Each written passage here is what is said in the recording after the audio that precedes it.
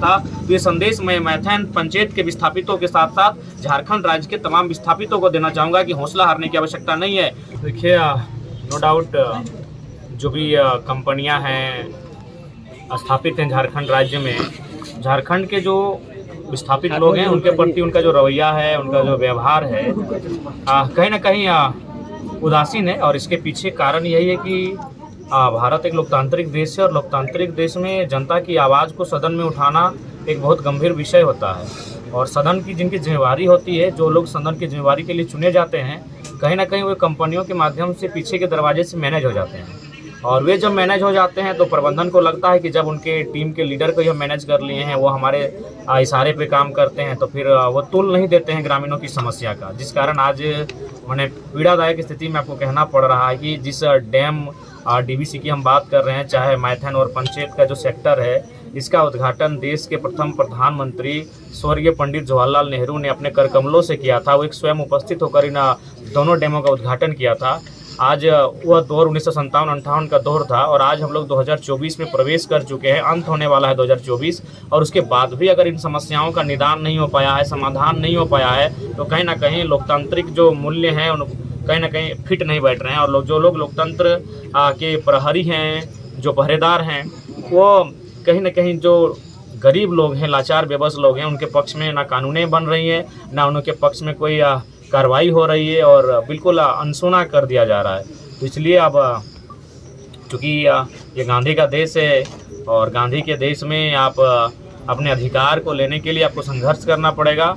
उस संघर्ष में कभी कभी आपको अपने प्राणों को भी चुकाना पड़ेगा, लेकिन उसके लिए भी मुझे लगता है कि अब विस्थापित, चाहे झारखंड के कोई भी कोना हो, चाहे एमपीएल हो, चाहे डीवीसी का मामला हो, चाहे पंचायत डैम के विस्थापित हो, मैथन डैम के विस्थापित हो, जो भी विषय है वो अब पीछे नहीं हटेंगे। अब वो निर्णायक लड़ाई की ओर बढ़ना ही पड़ेगा। क्योंकि ऐसे भी हमें आज भी ऐसा लगता है कि जैसे अंग्रेज पूरे देश से छोड़कर चले गए हैं, लेकिन आज भी झारखंड में अंग्रेजों के टाइप के जो लोग हैं उनका कब्जा है। बिल्कुल, अंग्रेज जो आए थे वो हमने ईस्ट इंडिया कंपनी के माध्यम से आए थे। तो आज भी अगर झारखंड के किसी भी क्षेत्र में आप चले जाए, धनबाद हो, बोकारो हो या जमशेदपुर कोल्हान हो, कंपनियों का आज भी दबदबा है। कंपनियों में आज भी लोग अगर रैयत अधिकार मांगने जाते हैं तो उन्हें लाठियां मिलती है, उन पर फर्जी मुकदमे किए जाते हैं।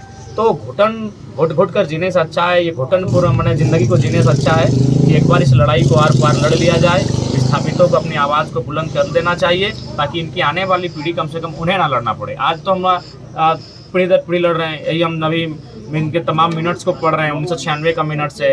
उस समय वासुदेव जी सेक्रेटरी थे, आज अध्यक्ष हैं। आज 2024 हो चुका है, यानी लगभग 28 साल पहले वार्ता हो चुकी है। तो ये तो लड़ ही रहे हैं, कोई ऐसा समय नहीं है कि ये चुप बैठे हैं। तो हर बार लड़ना, मैंने 28 साल पहले मिनट्स बना है, यानी एक पीढ़ी पहले बना है। तो हम तो लड़ ही रहे हैं, लगातार लड़ रहे हैं और फिर भी अगर नहीं मर रहा है अधिकार, इस बार हमें अपनी लड़ाई को स्वरूप को बदलना चाहिए। अब हमें आर पार की लड़ाई लड़नी चाहिए। कम से कम इस लड़ाई के बाद, यानी हम 2024 में बैठे हैं, 2024 के बाद फिर 2050 आएगा। अगर 2050 में भी हमारे आने वाली पीढ़ी लड़ेगी तो मुझे लगता है कि उस समय तक हमें लड़ाई को लेकर नहीं जाना चाहिए था। यही 2024-2030 के बीच में हमें लड़ाई को अंतिम रूप दे देना चाहिए। या तो हम रहें या तो फिर उनकी मनमानी रहे, दोनों नहीं रहेंगे। एक मयान में दो तलवार नहीं रहेंगे। उनकी मनमानी भी और रैयत की आवाज़ भी दोनों एक साथ नहीं रहेगी। या तो उनको उनकी मनमानी को मिटाना होगा या तो फिर रैयतों की आवाज़ को दबानी होगी। दोनों लोग एक साथ नहीं रहेंगे।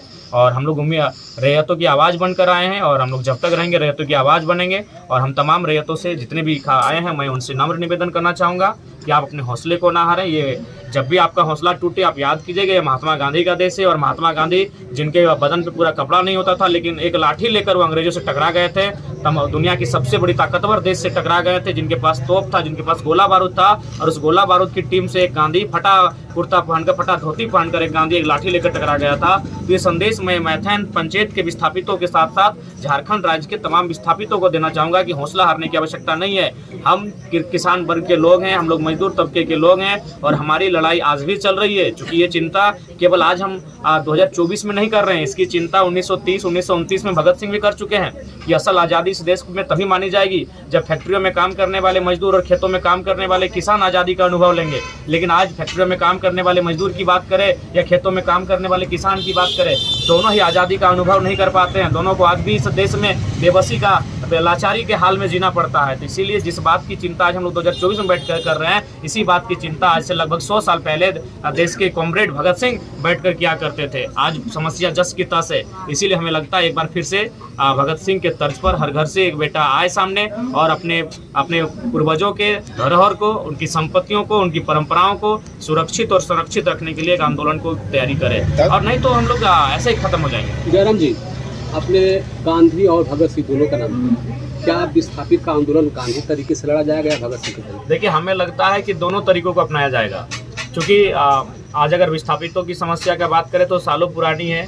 यानी यहाँ जो लोग बैठे हैं वो अनुभवी लोग हैं, अतः ये गांधी के काफ़ी करीब हैं। इनकी जो आने वाली पीढ़ी जो घर में तैयार हो रही है, जब वो पाएगी कि हमारे दादाजी को इंसाफ नहीं मिला, मेरे चाचा जी को इंसाफ नहीं मिला, मेरी माता जी को इंसाफ नहीं मिला, तो जाहिर सी बात ये लोग भगत सिंह का रूप धरेंगे। तो अभी ये लोग गांधीवादी तरीके से धरने के माध्यम से, भूख हड़ताल के माध्यम से अपनी मांगों को मनाने का प्रयास कर रहे हैं। अगर मांग मान ली जाती है तो हम निकट भविष्य में शायद इनके घर के बेटे बेटियां भगत सिंह के रूप में अवतरित ना हो, और जैसा वो अपने इंजीनियर डॉक्टर की पढ़ाई पढ़े, अपना आगे जीवन को लेकर जाए, वो प्रयास करेंगे। लेकिन अगर इनकी मांगों को अगर गांधीवादी तरीके से नहीं माना जाएगा तो स्वाभाविक है भगत सिंह बनकर इन्हें सामना करना होगा। और इन कंपनियां जिन कंपनियों का सामना कभी भगत सिंह ने ईस्ट इंडिया कंपनी से किया था, आज इनका सामना करने के लिए हर घर से एक बेटे बेटी को आना होगा। नहीं तो इसी प्रकार होगा, हम कभी 1957 में ज़मीन देते हैं, हम 72 में मीटिंग करते हैं, हम 78 में मीटिंग करते हैं, हम 86, 88, 92, 91, 96, 2001, 2, 4, 5, 6, 8, 11 और आज हम 24 में मीटिंग कर रहे हैं। तो इससे स्पष्ट है